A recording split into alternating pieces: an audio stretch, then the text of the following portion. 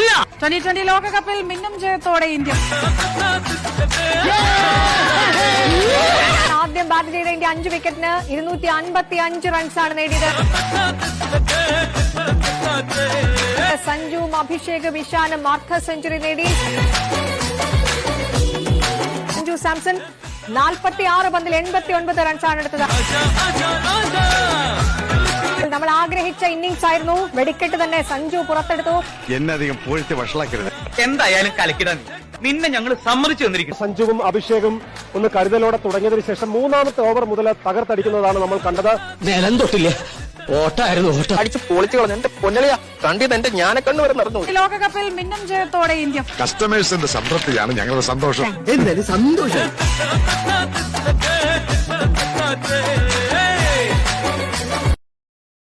Download ShareChat.